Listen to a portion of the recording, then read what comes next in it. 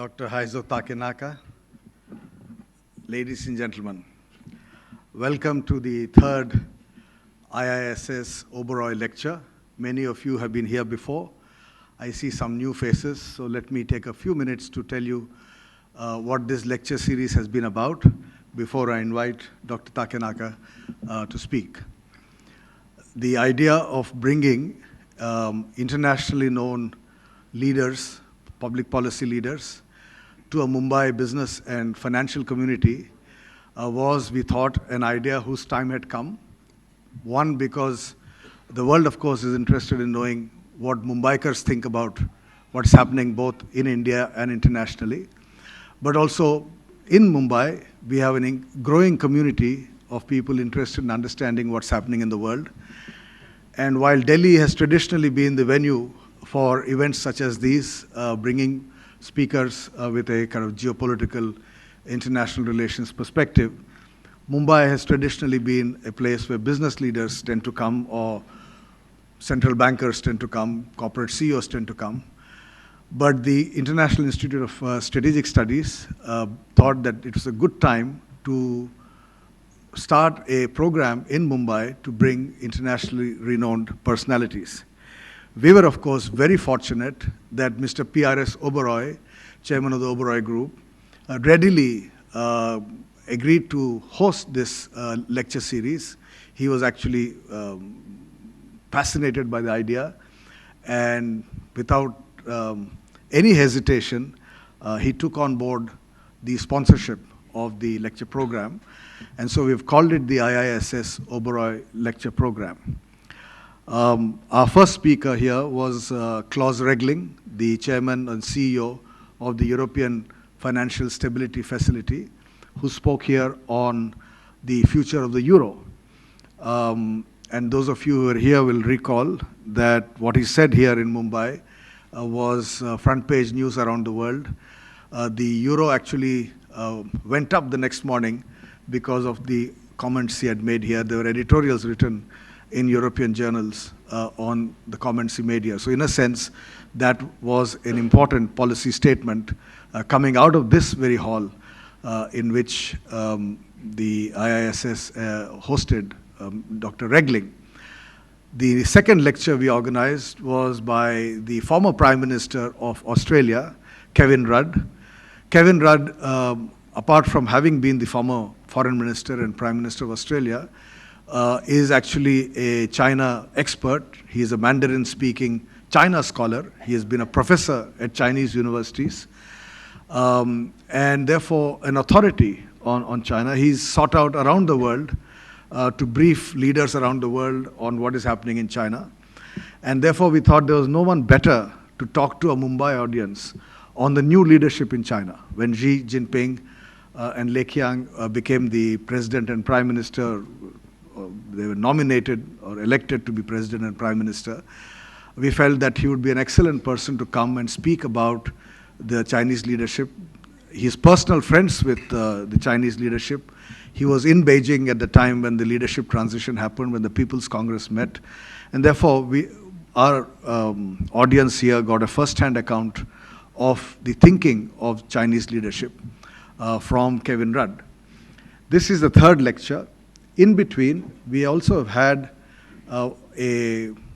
what we call a IISS-Oberoi discussion forum, which is a more restricted group of invited CEOs, leaders of Indian business. And to that restricted group, we were able to bring to Mumbai the President of the World Bank, Bob Zoellick, and the Finance Minister of Singapore, Tharman Shanmugaratnam. So we walk on two legs. We have public lectures and we have these private dinner meetings. We were also able to host Pascal Lamy, the Director General of the World Trade Organization, at a similar gathering in Delhi a couple of months back. Our third speaker this evening, and I welcome Dr. Takenaka. He has many sides to his personality. He is a professor of economics, a distinguished Japanese economist. He has taught at the universities in Japan. He is a member of the council, the International Council of the IISS.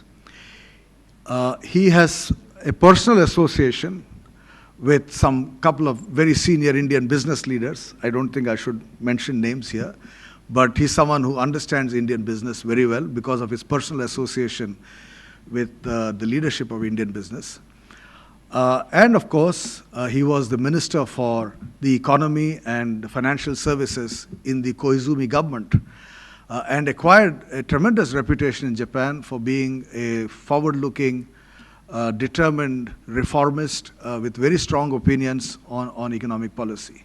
It is because of that track record of his performance in the Koizumi government that he was invited by Prime Minister Shinzo Abe to be a member of a very small group of advisors to Prime Minister Abe.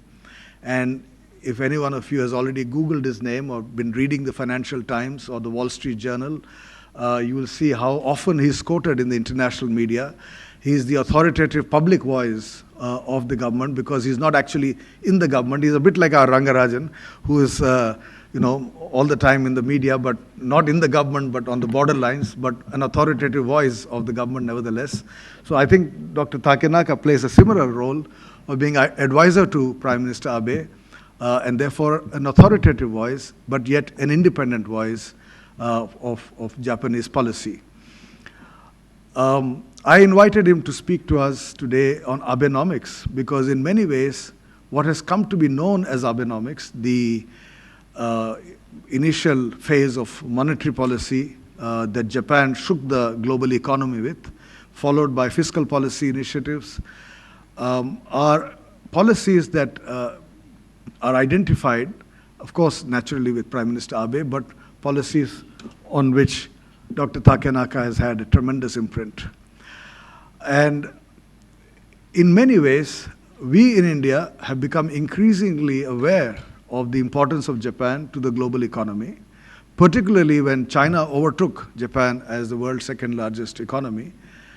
There was a reawakening in Japan, which is, in a sense, politically driving the revival of the Japanese polity and of the Japanese economy, which is why we chose to talk about Abenomics and the resurgence of Japan's economy. There is a new momentum in Japan today, which we certainly in India welcome, Dr. Takenaka. We would like to see Japan recover its position as the second largest economy in the world, but certainly be a driver of growth in Asia, a driver of growth in India. I was delighted to read recently that Japanese companies are now making major investments in India, particularly thanks to the Delhi-Mumbai industrial corridor and the planned Chennai-Bangalore industrial corridor. So this is the right moment, we felt, for, again, a Mumbai audience to hear a Japanese perspective on what is happening in Japanese policy, as well as how Japan views the current global economic situation. And I don't think really there can be anyone better than Dr. Takenaka to speak to us. So I welcome you all once again and thank you all on behalf of the Oberoi Group as well as the IISS for being here with us this evening. I invite Dr. Takenaka to speak. After he speaks, we'll have time for question answers, and you're all free to ask whatever you like. Thank you. Thank you very much.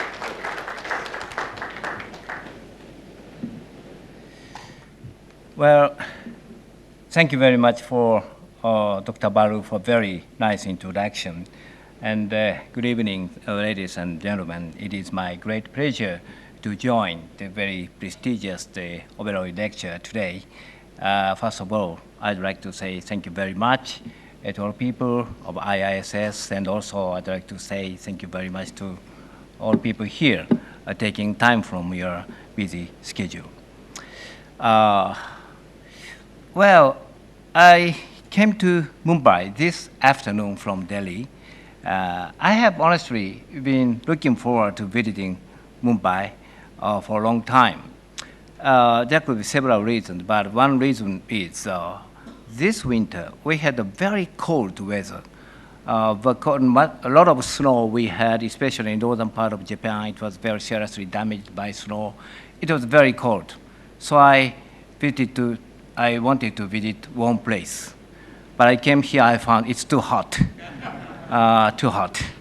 But since I came here, I'd like to enjoy this hot weather and hot Indian cuisine here. Well, also I'm very much pleased today to know that today's seminar is going to focus the new economic reform of Japan and the Abe administration. The reason why I appreciate this is because we now really need a new type of economic reform in Japan, and maybe not only Japan, but also many countries, including Eurozone, emerging countries which face the economic trouble, also need a bold economic policy and economic reform under strong political leadership. Well, 10 years ago in Japan, we had a very strong, unique political leader named Prime Minister Koizumi. He was very unique. How unique was he? He nominated me as a minister. He was very unique. But anyway, under his leadership, we promoted bold economic reform, like the disposal of a non-performing loan after the burst of the bubble. And also, we privatized the Japan Post, the largest government organization in Japan. And owing to his effort by Prime Minister, the Japanese economy once seemed to be revitalized. However, after Koizumi stepped down 7 years ago, the momentum of the reform declined, and economic performance again took a turn for the worse or deteriorated. By the way, whenever I have a speech in this kind of international seminar, I start it with raising one question to the audience. Can you raise all names of 7 Japanese prime ministers in the past 7 years? It is quite difficult even for Japanese. For people living in foreign countries, it is hopelessly difficult to raise all names. Well, June is a good time for bride. September is a good time for new prime minister. We say in Japan quite often this way. Regrettably, anyway, in Japan, prime ministers came in and went out every year. However, now, we have a very exciting time because there was a regime change in the lower house election last year, at the end of last year, and Prime Minister Abe took office at the end of last year. And in the past 3 months, Tokyo stock price increased by 30%. The supporting ratio to Prime Minister Abe or Abe administration is reaching 70%. For your information, the supporting ratio to the former government was only 20% 3 months ago. Mr. Abe is a relatively unique person in Japan. I'm not so tall, I'm sorry. Prime Minister Abe is a very unique person. His father was a minister for foreign affairs. His grandfather was a prime minister. His uncle was also prime minister, and this uncle received Nobel Peace Prize. It's a very special family. Japan is a relatively equal society, so it is quite rare to see this kind of elite family. Still, he's not snobbish. He's a very pleasant person, and so he's sometimes called in Japanese Abe-chan, lovely Abe or dear Abe. So, including these factors, anyway, people are expecting a lot that there could be more change in Japan, that economy, society, and even politics. At the same time, Abe's economic policy, or Abenomics, is sometimes criticized by some foreign countries. This is mostly because his policy depreciated yen dramatically. For example, yen was depreciated against US dollar by about 15% in the past 3 months. This depreciation of yen benefited Japan's exporters, but had a negative impact on foreign competitors. So today, I'd like to discuss very frankly what is Abenomics, what is going on in the Japanese economy, and what kind of impact will emerge on the global economy and especially the Asian economy. Prime Minister Abe established a new policy board named a Council on Industrial Competitiveness, and I was nominated as a member of this council. So let me discuss these policy issues very frankly, not only from economists' point of view, but also from former policy makers' point of view. Well, before going to the main subject of Abenomics, I will discuss a little bit about the trend of the global economy, especially Asian Pacific economy. The Japanese economy is very much influenced by the trend of the global economy, and the Asian economy is, of course, influenced by the trend of the Japanese economy. In the year 2010, or 3 years ago, the growth rate of the global economy was around 5%. Yes, we have been enjoying 5% growth in the world. However, last year, the growth rate was estimated to go down to 3% level. According to the IMF estimate, the growth rate of the global economy this year will be about 3.5%, a little bit higher than the last year. At the same time, it is indicating that the global economy will not be in good shape this year also. The direct reason of this slow economy is, of course, coming from the trouble in European countries. In August last year, European Central Bank decided to give continuous and infinite support to damaged countries like Greece and Spain, and this measure was well accepted or well appreciated in the market. Still, however, we should recognize that the very unstable situation in Eurozone will continue in this year. The recent event in Cyprus is also indicating how difficult the situation is. Of course, this will have a negative impact on the Asian economies.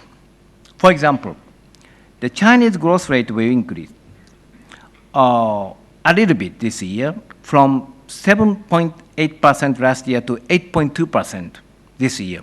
This is IMF estimate.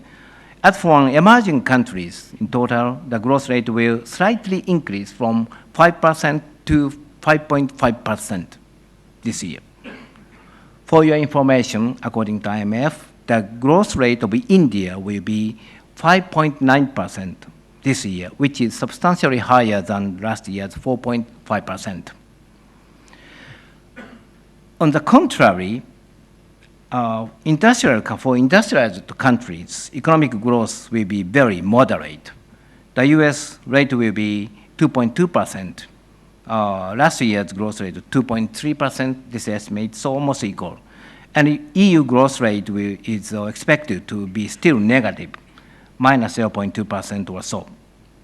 Anyway, among these economic forecasts, the trend of the Japanese economy is very uncertain.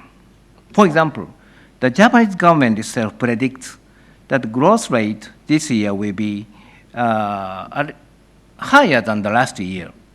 However, IMF says the growth rate of the Japanese economy this year will further decline from 2% to 1.2% level or so.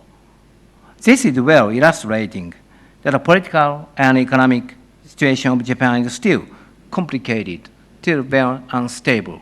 So everything is dependent on the management of the Abe government. Anyway, under very difficult conditions, such circumstances, Abe administration started at the end of last year. Now then, what kind of economic policy is Prime Minister Abe going to take under the name of Abenomics? What does this mean? Prime Minister Abe himself says that there are 3 elements in his economic policy package. He describes this as 3 alloys. 3 alloys. This expression, 3 alloys, comes from a well-known story in the samurai period of Japan. Mr. Mori Motonari is a very famous samurai lord in the 16th century. He had 3 sons, three sons, three children. He told them that one arrow was not strong enough. However, three arrows would never be broken if they are closely united. Mr. Mori delivered three sons an important message that solidarity among brothers is so important. The Prime Minister Abe, quoting this story, stressed the importance of simultaneous implementation of three different policies. This is Abenomics. So what are these three? One is a decisive monetary expansion to conquer deflation. In order to realize this, he concluded an accord or agreement with the Bank of Japan. In this agreement, an explicit 2% inflation targeting is also included. While in Japan, since the middle of the 1990s, Japan has been suffering from very persistent deflation. For example, the current level of the Japanese consumer price is almost equal to that of 20 years ago. Can you imagine? In other words, in the past 20 years, consumer price index of Japan did not increase at all. Assume that the price level does not increase or price level even decrease. Under such circumstances, what will you do? You should not consume. You should not borrow. You should not invest. Just keep this cash. That's the best way to survive. Automatically, this value of cash will go up. If you invest this money in something, you will have some risk. So deflation has been the primary cause of economic stagnation of Japan. Consumption, investment are both very stagnant. Very regrettably, the Bank of Japan did not take a decisive action to conquer deflation. The growth rate of money stock was very small in Japan, 1.8, 1.9% or so, while many industrialized countries had a very active monetary easing. This contrast became more clear, especially in the past several years. Since the real interest rate in Japan was relatively high, reflecting this reflation, then yen was appreciated much in the past several years. For example, in the past 5 to 6 years, Japanese yen was appreciated against US dollar at its peak, from peak to peak, by 50%. Yen was also appreciated against Korean won by 60%, not 16, 60% in the past 5, 6 years. Consequently, the Japanese exporters like automakers and electric machine producers had lost their competitive edge. So, Prime Minister Abe took a very decisive decision also in nominating a new governor of Bank of Japan. Several days ago, today is the 25th, so just 4 days ago, 6 days ago, Mr. Kuroda, who was the former president of Asian Development Bank, took office as a new governor of Bank of Japan. He has been a strong advocate of monetary easing, monetary expansion, and has a high talent of global communication. I personally expect a lot on his management to stop deflation. So anyway, the first arrow was relatively smoothly released by Prime Minister Abe, and the stock market and foreign exchange market reacted very positively to Abe's decision.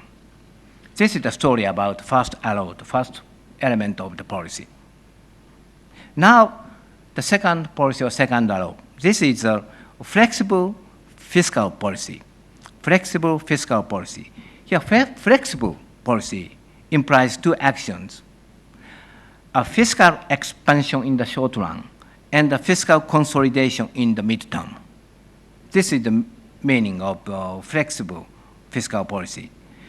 In this regard, a ruling party, LDP, already announced a very active fiscal spending, fiscal expansion plan in the name of National Land Consolidation Policy, or Policy for National Resilience, or in Japanese, 国土強靭化政策.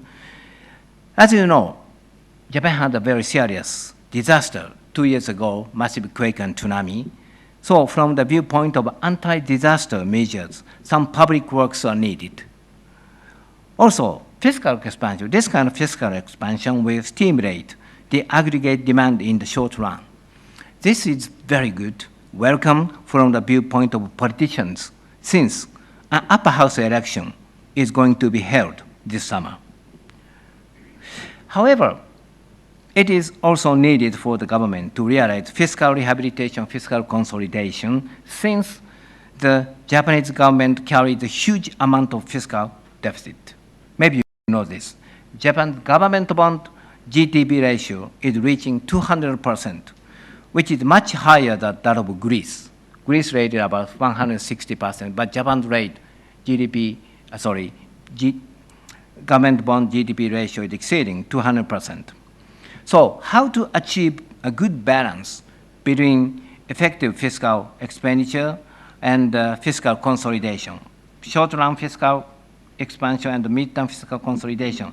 This is exactly what should be clarified by the government from now. Recently, a government announced a fiscal stimulus package to increase and aggregate demand. Now, according to the estimate of the Cabinet Office, the Japanese economy have 3% GDP gap. Demand is shorter than the supply by 3%. So because of this, they had the government expansion in the short run. But consequently, the primary deficit GDP ratio in Japan reaching 7%. So from now, the government, Prime Minister Abe, should clarify the very solid plan for fiscal consolidation. But this is a very tough process, I'd like to say. Then the third policy, or the third element of Abenomics, that is the policy to strengthen the power of economic growth, or growth strategy. In the past 5 years, Japan has been suffering from low growth or even zero growth. So it is quite clear that we need a new growth strategy. However, again, we face some complicated problem.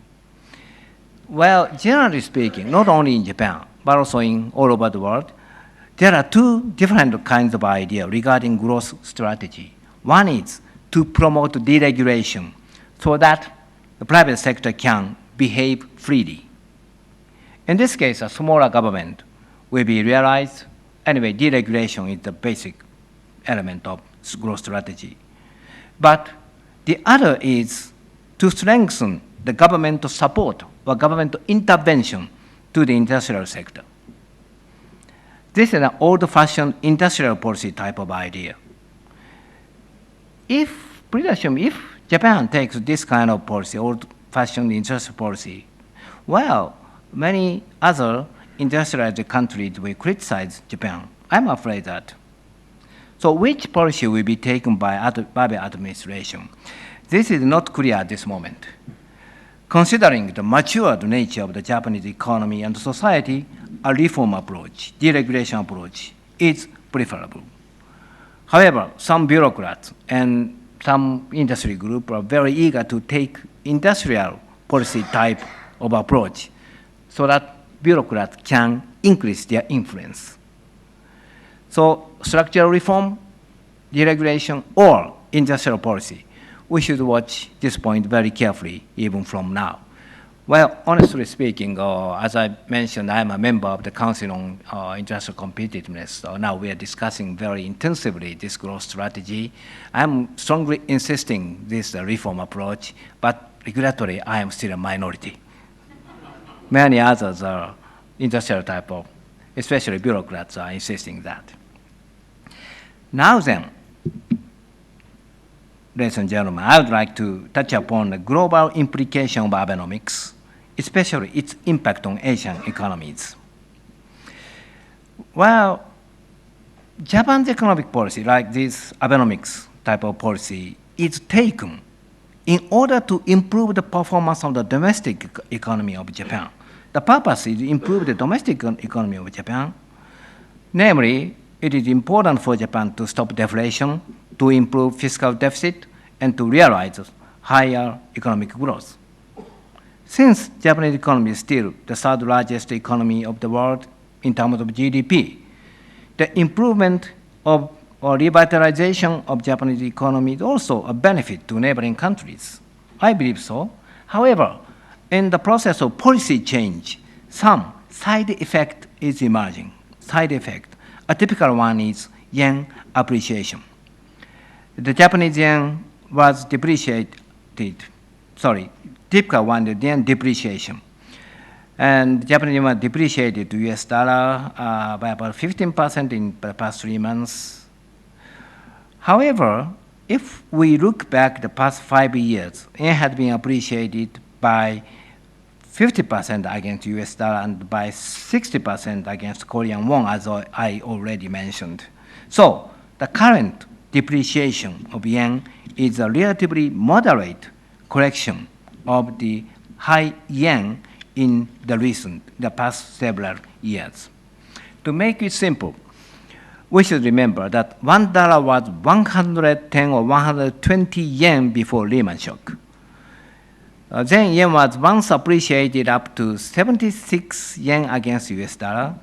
The current level, today's level will be maybe around 95 yen per dollar. This still indicates that yen is relatively high, judging from the past trend.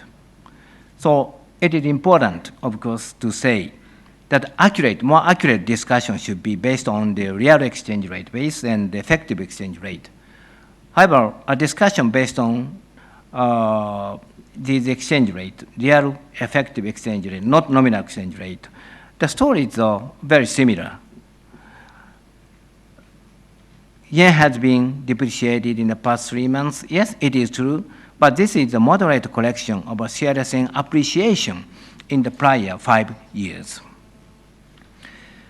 Then, as for the global impact of the change in Japanese economy, I'd like to raise one specific factor to be carefully watched. This is the new trend or worsening trend of Japanese trade balance. As you know, we had a massive quake and tsunami 2 years ago. Before that, or in 2010, for example, Japan had a huge trade surplus owing to the high export of automobile and electric machines, so on. However, because of the disaster, a so-called supply chain was broken. And in the year 2011, we had a trade deficit for the first time in the past 30 years. Recently, a supply chain was restored, but a trade deficit is continuing, or trade deficit is even increasing. In 2010, we had a trade surplus by 1.2% of GDP. However, last year, we had a trade deficit by 1.3% of GDP. This gap is positive 1.2% to negative 1.3%. This gap is 2.5%. The very strong burden is now placing on the GDP growth in Japan from the trade sector. Well, one reason of this worsening trend is an increase in import of oil and natural gas, because all nuclear power plants were stopped or closed after Fukushima crisis. But a main reason of this worsening trend of trade balance is that Japanese businesses are very actively shifting their production plants to other Asian countries. In Japan, regulatory corporate tax rate is still high, and there is also a possibility of shortage in electric power. The Asian economies are now deeply integrated, as you know, and now whole structure of the economy, especially supply chain structure is shifting, changing a lot. So one of the purpose of Abenomics is to stop the hollowing of the industry by revitalizing the domestic economy. Still, I'd like to say there's a high possibility that foreign direct investment from Japan will continue to increase. Well, so very finally, I'd like to discuss two risk factors of Abenomics which should be carefully assessed from now. The first one is political risk. It is good, of course, to stop deflation. However, in the process of conquering deflation, a general price level goes up first. Then the wage goes up later. In the labor market, or labor indicator is very much delayed. So if a wage increase is too much delayed, people's daily life is damaged and the people's frustration will be increased. As I mentioned, July this year, upper house election is going to be held. LDP, a ruling party, takes a majority in the lower house, but does not have majority in the upper house yet. So it is decisively important for Prime Minister Abe to win in the upper house election this year, so that he can establish long-lasting cabinet. In this regard, a smooth recovery from deflation and a smooth increase in wage should be realized. The other day, Prime Minister Abe asked business leaders to try to raise wage since the deflation will be conquered. This is quite unusual that political leader asked the business leader to increase wage. But his action is indicating where it is very important to increase wage as soon as possible so that people are not frustrated. The second risk is an economic risk. To be specific, please assume the following case. A monetary easing and fiscal expansion are taken. However, fiscal consolidation and structural reform for economic growth are not taken. In this case, there is a high possibility that the value of government bond goes down and asset market becomes very unstable. Since we are carrying huge amount of deficit, also yen could fall excessively. From political point of view, monetary easing and fiscal expansion are relatively easy to take. However, fiscal consolidation and structural reform are not easy to take because this will usually provide pains to some groups of industry or to groups of people. For example, in the case of fiscal consolidation, maybe some tax increase is needed. People will be not pleased with that. So, politically speaking, these policies are relatively difficult to take. Anyway, although there are some uncertain factors in Abenomics, basic idea to conduct three policies is absolutely correct, absolutely right. One, active monetary easing, and two, flexible fiscal policy, three, ambitious growth strategy. These are theoretically correct. At this moment, the first law or monetary policy was already released. As for the second law, fiscal expansion in the short run was done, but not fiscal consolidation is not done yet. So only half of the second law was released. Then as for the third law of growth strategy, it is in the process, still in the process of discussion. So still, there are many things to do for Prime Minister Abe, because I believe he's very willing to realize all of this. Well, today I started my speech by introducing a historical story about three arrows of samurai period. The message is that three policies should be enforced together.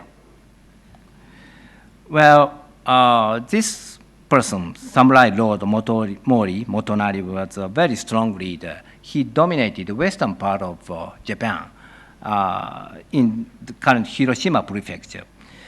This is very close to Abe's birthplace. So maybe Mr. Abe feels some sense of intimacy to Mr. Mori. Mr. Mori is anyway very intellectual, at the same time, very strong leader, a strong man.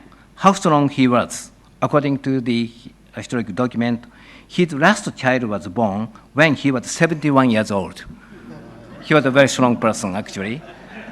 And we expect, anyway, Mr. Abe, Prime Minister Abe, also has a very strong power like Mr. Mori in the field of politics, so that they can complete 3 policies or 3 arrows unitedly.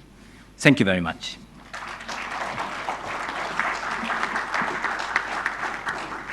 May I move here? Thank you very much. Heizo-san, I think that's the most comprehensive account of Abenomics that I've come across, and I'm pretty sure that there will be a lot of questions from a well-informed Mumbai audience. I will begin with you, sir. Let me say, we have about 15 to 20 minutes, so if your questions are brief, we can get more questions in. Thank you. My name is Venkat Chari. I am the chairman of the Multi-Commodity Exchange of India, which is a commodity derivatives exchange. My question to you, Dr. Takenaka, in another decade or so, China, India, and Japan will become the top 4 countries of the world. The focus of economic power has definitely shifted from the West to the East.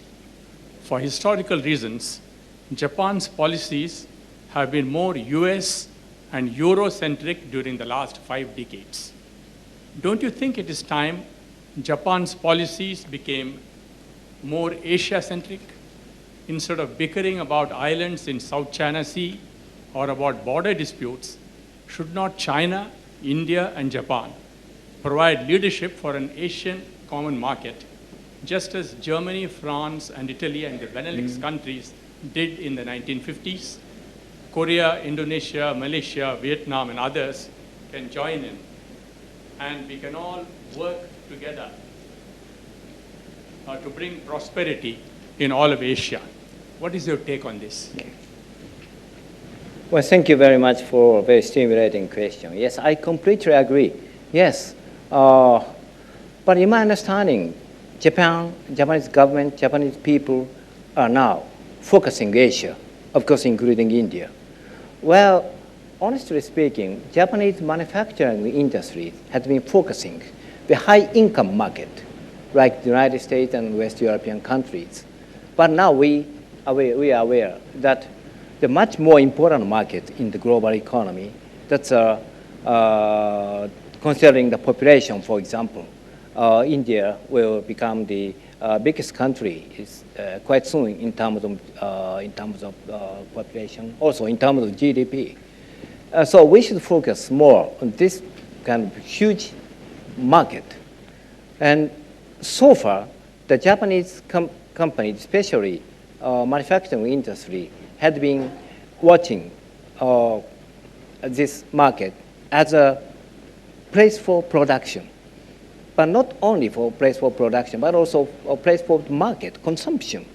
Now, these countries are becoming much more important.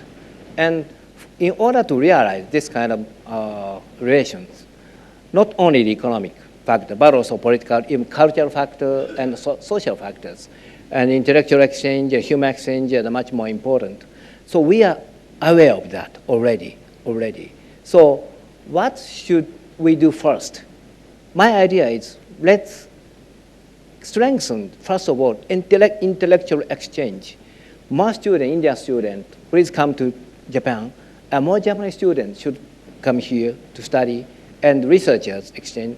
This kind of seminar is a very typical one, intellectual exchange.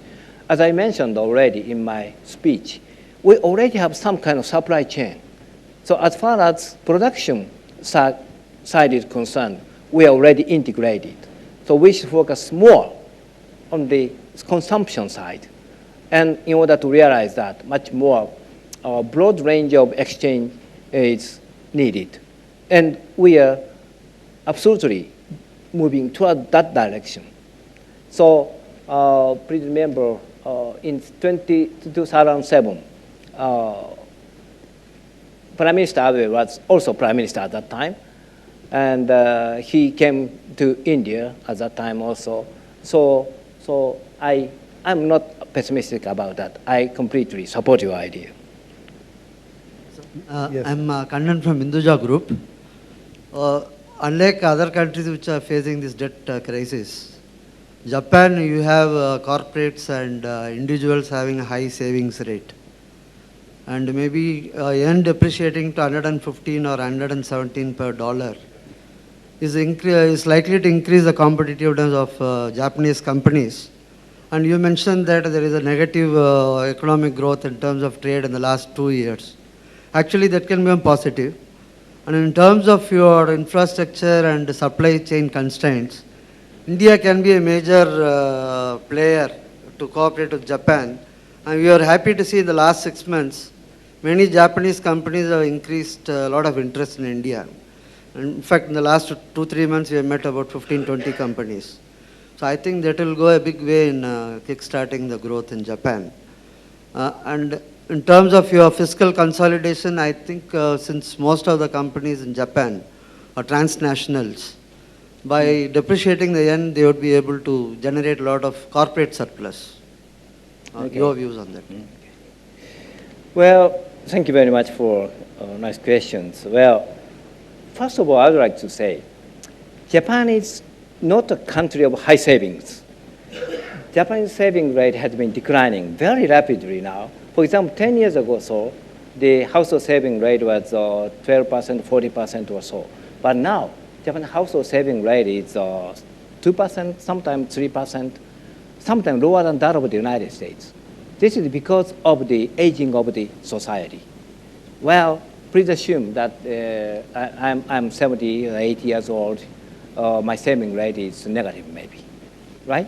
So the demography ages, the saving rate goes down. This is actually happening in Japan. Japan is not a country of high savings anymore. And as you mentioned, we should divide supply side and demand side. And fiscal consolidation will have a negative impact on the demand side. But as I mentioned already, the saving rate has been declining and even declining from now. So I personally do not worry much about the demand side. The problem will be in the supply side. So yen depreciation will strengthen supply side, but not only the appreciation, but also deregulation is quite important. In World Bank, there's a very interesting ranking, international ranking, regarding regulatory quality. According to these statistics, Hong Kong, Singapore are always the place the business can be done easiest way. Japan is now ranked 47th. It used to be 28th after the Koizumi government because we promoted deregulation. But now, Japan stands 47th, amazingly, because of the decrease in the momentum of reform or deregulation. So what we need is deregulation in various kinds of fields. And through this kind of reform, we should strengthen the supply side. If supply side is strengthened, we can have increased our power to earn, to get income. If we get income, since the propensity to consume is high, demand side also stimulated. So this kind of vicious cycle should be created. So now we are in the process of this kind of new ambitious growth strategy. Okay. Jagannath? Dr. Takenaka, there's a question I have regarding, I understand what Prime Minister Abe is trying to do, but can you solve any of your problems without fixing your demographic issues where you have an aging problem? I mean, if your base of the working age population is going to keep coming down, no matter how much you increase your taxes or do whatever fiscal or monetary expansion you do, don't you think you need to change your policies in terms of either allowing greater immigration or exporting your old people or whatever you have to do to bring the average down? Okay. Again, thank you very much. It is a very important question, I think. Well, I introduce the contents of Abenomics, but most of them are focusing relatively short-term issue, at longest 10 years or so. At the same time, we have very long-lasting problem. Demography is a typical case. Well, by 2050, the total population of Japan will be decreased by 30% or so. This is a dramatic change. So in the long run, immigration, accepting immigration is indispensable, I believe. However, considering the very homogeneous nature of the Japanese society, some people, not some people, many people have still a kind of allergy for accepting that. But in this growth strategy, we are going to propose to establish some conference, some committee to discuss very positively the immigration. The Australia case, the United States case, these countries are also discussing the growth strategy. All countries first discuss immigration. So immigration, increasing the population, is the base for the economic growth. So from now, immigration is not a taboo in Japanese policy discussion. I expect many people, even some media, will be against this kind of idea. But I personally would like to propose to Prime Minister to at least to establish the policy board to discuss immigration issue. I appreciate your suggestion. Mr. Piyush, go ahead. Takenaka-san, thank you very much for your talk. 2-3 things that are contradictory in what you have said or what we've heard about Abenomics. On the one hand, you say that in the short run, you're looking at fiscal expansion to give a stimulus to the economy. And in the midterm, you look at consolidation. We did that in India, but we are suffering very badly for that fiscal stimulus that we gave, largely because that stimulus went into consumption, not asset creation. From your talk, I believe you are almost going down the same path. You're looking at consumption-led growth, which in the short run may give you some growth and may look good. But I suspect then when you go down the path of fiscal consolidation, you'll have bigger challenges, more difficulty than what you have today. Secondly, you have a very strange geopolitical environment which is getting worse by the day. You have China breathing down your neck. So far you were safe without any significant defense spending. But I don't know how long you'll be able to avoid defense expenditure to shore up your forces. Now, if that's going to add to your fiscal requirements, you still have instability of governments. It's great. I hope and I wish Prime Minister Abe is able to last longer. And I somehow can't understand why there's so much change. I mean, you have a Prime Minister every year or 2 years, in fact, in Japan. Okay. So it's something you'll have to structurally think of how you're going to bring more stability in the system. Otherwise, all these economics, if somebody else comes in and tries to undo, it'll get even worse. Okay. So how do you fit this whole web in? The fiscal stimulus, then the consolidation, defense expenditure shooting up, of course the nuclear tragedy you talked of.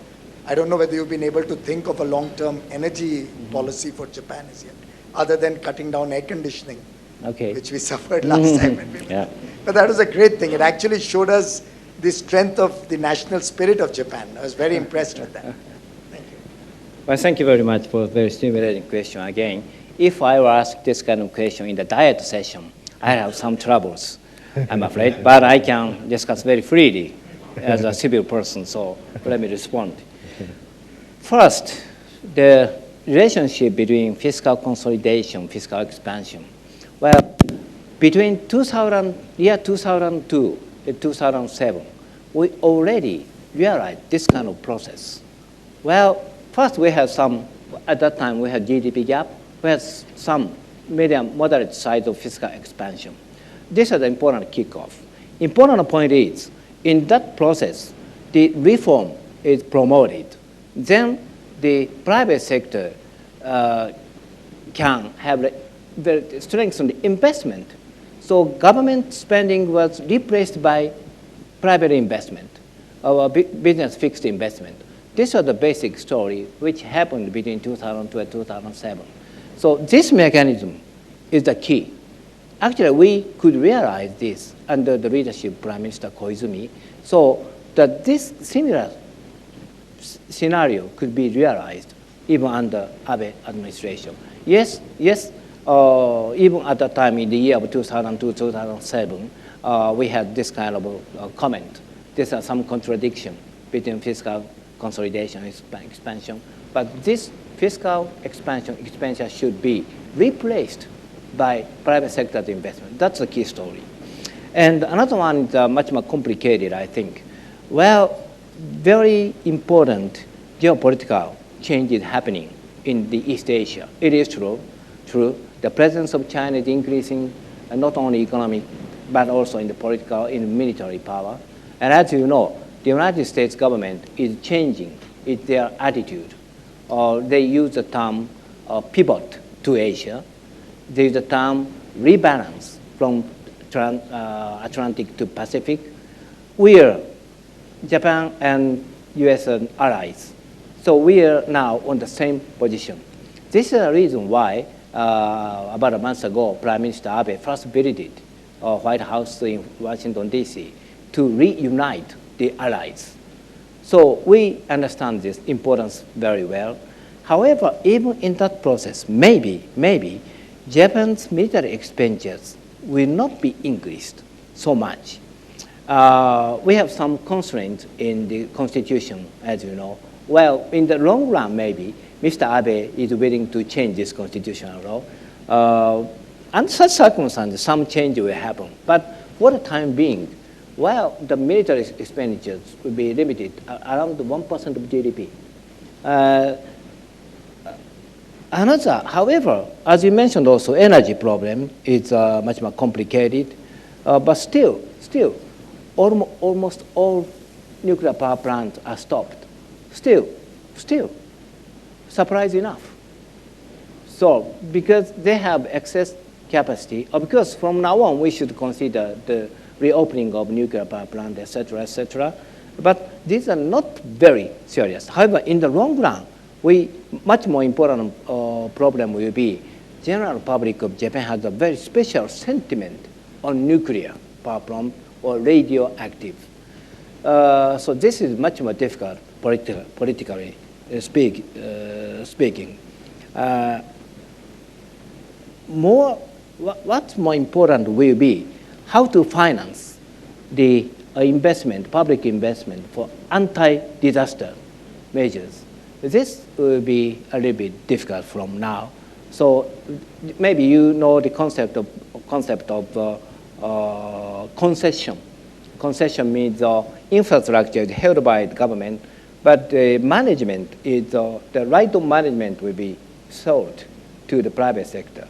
Now, in this growth strategy, we are going to introduce this strategy. So these are the policies that we are considering. What I'll now do is to take 3 questions. I've had 3 hands, and then we'll come back to another final round. Yes, sir. Okay, Richard Bale, I'm Canada's Consul General here. I wanted to ask you about Prime Minister Abe's decision to join the Trans-Pacific Partnership free trade negotiations. Yeah. First part, potentially how much do you think that can contribute to the growth strategy? Secondly, how likely is it, do you think, that the government will be successful in managing the very entrenched domestic interests which are opposed to that? All of our economies have those similar domestic interests. And thirdly, do you think India should join? Thank you.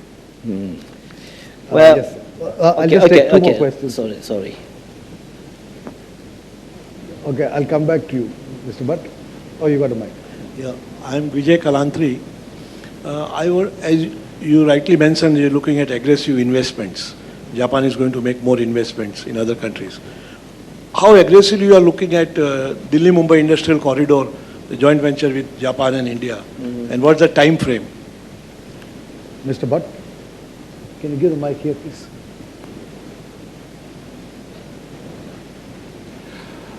Thank you, Takenaka-san. First, I must thank you for a very stimulating and interesting talk, and also for a much more stimulating and international discussion. I have a question which is slightly confusing and maybe a little provocative also. I had the good fortune of visiting Japan twice in the last 5 years. I found the quality of life very good, the living standards very high, and a very good work-life balance, balance between being otherworldly and this worldly, balance between modern technology and ancient traditions, balance between the artistic side and the rational side, an extremely good society and a very equal society. Yes. And this is something which you also mentioned just now.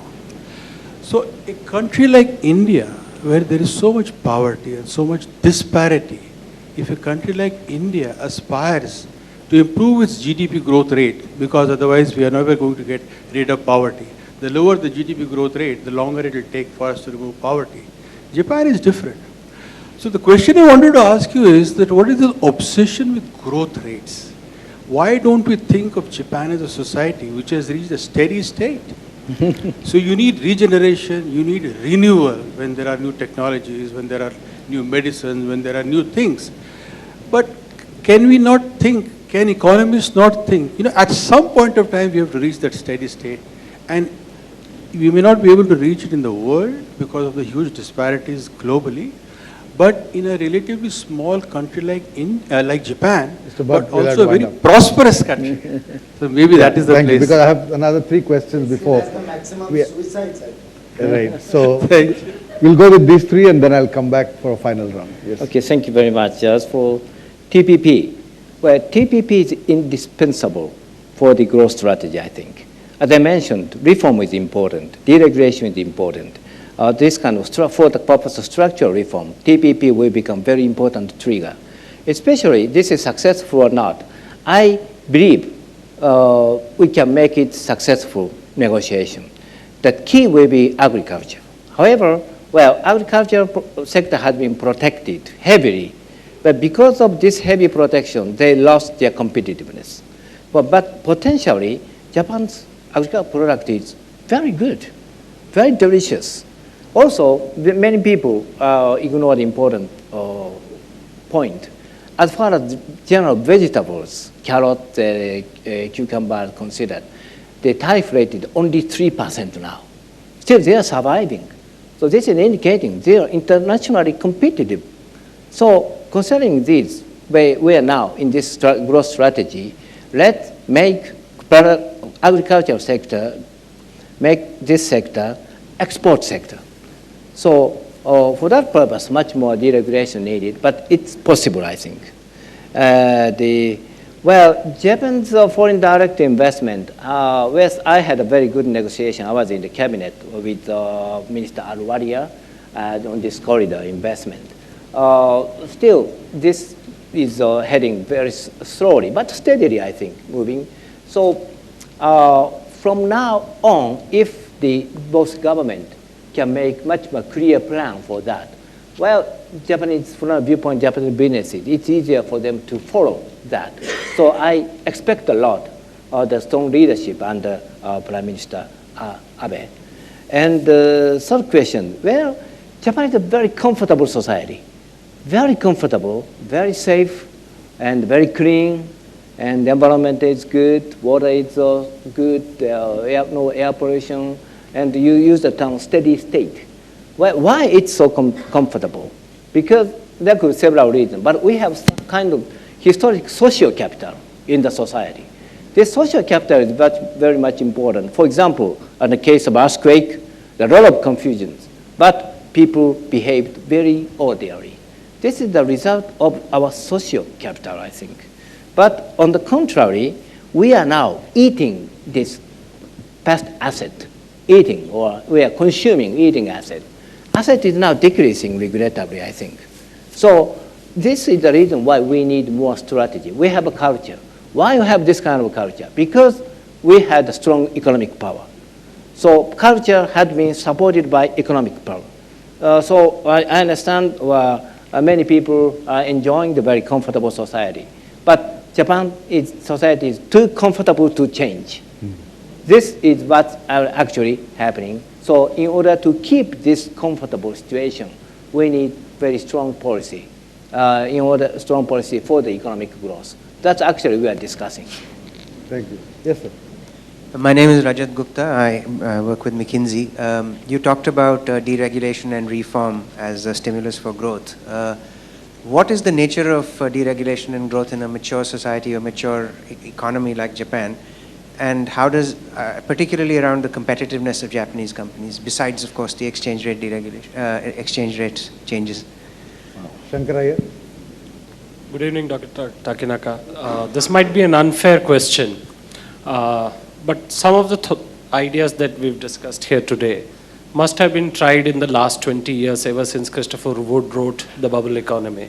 So a lot of the economic percepts that you've spoken about must have been discussed and tried in the last 20 years. So the unfair question really is, why do you think it will work this time? Okay. And should, as a... That's direct, Shankar? Yeah. That's fine, because we are running out of time. Yeah, I'll come to you. Nagaraj. Why will Abenomics work now? Yeah, thank you. I'm Nagaraj, professor of economics. Two questions. One is, quantitative easing, which you're planning to do as part of Abe economics. Will it lead to currency wars, as Brazilian finance minister has been talking about? So there could be a genuine problem of currency wars coming up, because that's something which I think the world economy is worried about. First point. Secondly, why should you bother about your domestic debt? Because your domestic debt is held in your own currency. Okay, so therefore you don't have the kind of problems with other countries have. And most of your domestic debt is domestically financed. Okay, so your debt problem is not I mean, if you in a Keynesian way, that's not a problem at all. Yes, ma'am. This way, Nagaraj, give it here. Yeah, this is Madhvi from Kotak Mahindra Bank. So my question is with regard to the yen correction that we've seen in the past 3 months, around 15%. My understanding is that it's more or less, a byproduct of market adjusting to the policy intent that the policymakers have shown. As you rightly mentioned, that there could be even a risk of, yen depreciating very drastically in the coming few months. Are the Japanese policymakers actually thinking of any sort of peg with regard to with the US dollar, like the SNB had with the euro? And if yes, are they open to, direct FX intervention, which so far has not been that active? Whatever correction that you've seen is more or less, a byproduct of the policy intent from the market I'll take just one more question and come back to you. Yes, sir. Your Excellency, for the rules of engagement between Japan and the rest of Asia Pacific is undergoing a paradigm shift with the emergence of China, which is an uncomfortable situation which really Japan cannot ignore. So in the context of this, the next 10 to 20 years, how do you intend to re-engage the economic relationship with Asia Pacific, specifically to India? Asia Pacific and India, what is India's role? Okay. But you have a large number of questions, you can work around them. Well, Jamal, how can I say no to you, but brief. Just pushing my luck. I was in Japan for the first time in my life a year ago. Extraordinary place, The question I have, though, is, the strong homogeneous culture that you spoke about. The sense I got is that we are beginning to see some cracks in it. To use something that may sound facetious, I understand that there are now fewer and fewer Japanese sumo wrestlers. There are people from outside coming. And just the sense I got is that it's beautiful, but is the homogeneity beginning to crack a little? Well, all are very difficult questions, actually. And I'm sorry, I try to well, write I'll down tell you the better. first question. It's yeah. Deregulation. Yeah. Well,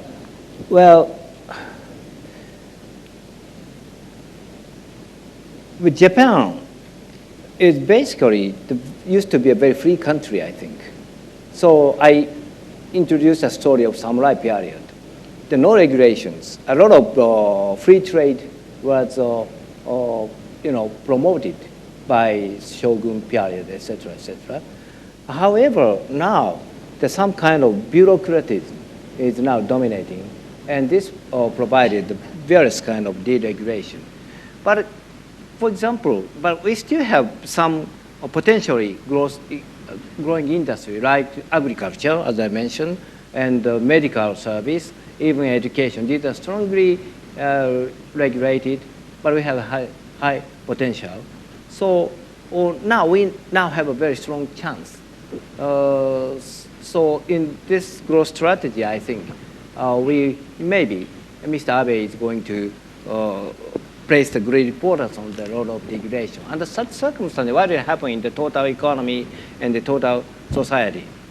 Well, the exchange rate will be influenced, of course. However, this influence on exchange rate is not so dramatic because this kind of changes gradually happens. So I do not accept such a drastic change on the external relations because of this deregulation. And well, in the past 20 years, we had a lot of trials. So quite often, the term lost 2 decades are used. But I do not agree with this. These are not lost 2 decades. This was a mixed decade. Mixed 2 decades. For example, in some cases, we had a disaster, we had a crisis. But in some cases, under Koizumi, we had a strong growth, recovery. So if Mr. Abe had a very strong leadership like Koizumi, it's not difficult to revitalize the Japanese economy. So actually, people have this kind of expectation. Keyword will be expectation. Now people have a strong expectation. And very interestingly, expectation is realized. If you have an expectation of zero growth, you will behave under this assumption. Then zero growth will be realized. So expectation change is very important. Actually, Prime Minister Abe is now changing this expectation. And then, sorry, the third one is exchange rate.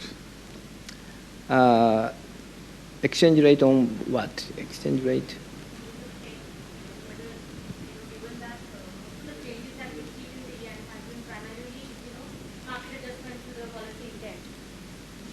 Question is that would the Japanese government or other policymakers actually thinking of pegging the Japanese yen against the USD as SNB did vis-a-vis the euro? Given that, if the open mouth operation, to be honest, have continued to change market expectation with regard to yen, and you might actually see a sharp plummeting of yen, which may not be the desired outcome of the policy. Yen and the dollar. Big change. Exchange rate. What will happen? Yeah. We have an foreign exchange leader right here. Okay. Well, as far as the exchange rate is concerned, in the short run, of course, monetary policy is very important. The exchange rate, the interest rate discrepancy is very important. But in the midterm, maybe you are a specialist, maybe you know already, much more fundamental issue is important. If we discuss US dollar, Japanese yen relations, the US factor will be much more important. Because, as you know, shale gas revolution is changing the total structure of the United States economy. And the US will become Middle East, for example. Middle East, yes, this will change a lot. If this will change even the military relations also. Of course, this story I really exaggerated, I agree. But this will be much more important. So yen will be, in my understanding, since I'm not a government official, I say, then yen will be depreciated more. Would you like to peg it against the Peg? No. That's impossible. If we have this kind of system, the similar thing, we will have a very similar experience like euro. Okay? Exactly. And the paradigm shift you mentioned, yes. Well, it's very difficult from the viewpoint of economists to discuss a paradigm shift. But important point is now the population is becoming the most important factor to decide the growth, economic growth of the side of GDP. Well, if you have more population, you have more chance for the growth. Maybe in this sense, India has a great potential. So China, to some extent, realized this story. And in this regard, well, it is important even for Japan to have a good contact with China, India, and ASEAN also. ASEAN also has a big, ASEAN population is bigger than that of the EU, for example. And this area is becoming much more important. So then what's the role of India? Well, India is a great country, historically, economically, culturally. It's a great country. But in my understanding, in any case we discuss the international relations, intellectual exchange is always the base of the relations, especially long-term relations. Now, we have a lot of discussion with the Japan-US relations.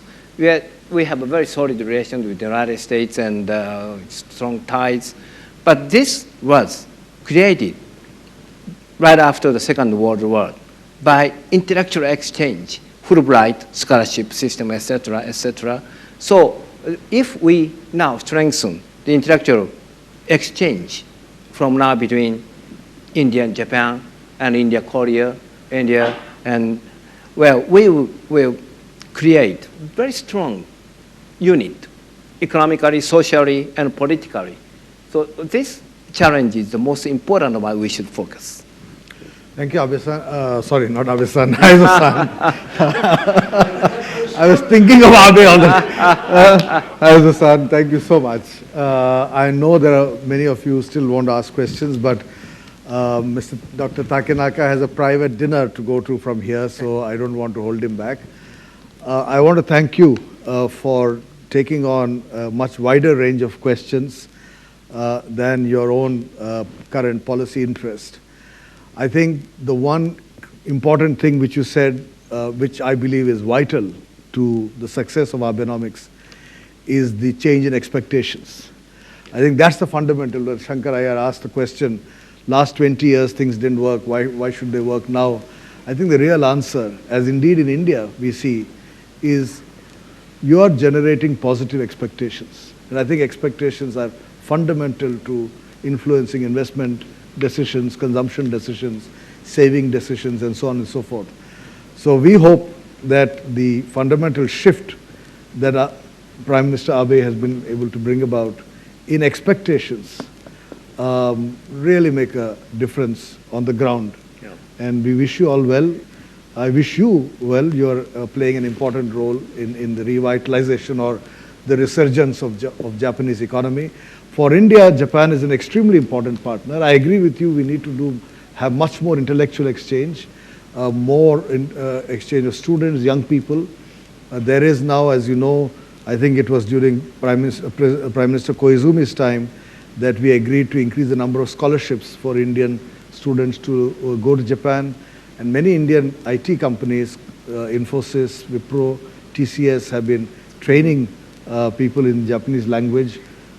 All these are important at the intellectual level so that the two countries come together. India has a long-term strategic interest in the resurgence of Japan, and we wish you well. We thank you very much for coming and spending the evening with us.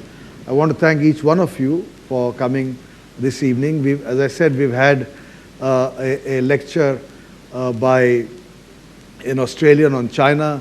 We had a lecture by a German on Europe. We've had a lecture by a Japanese on Japan.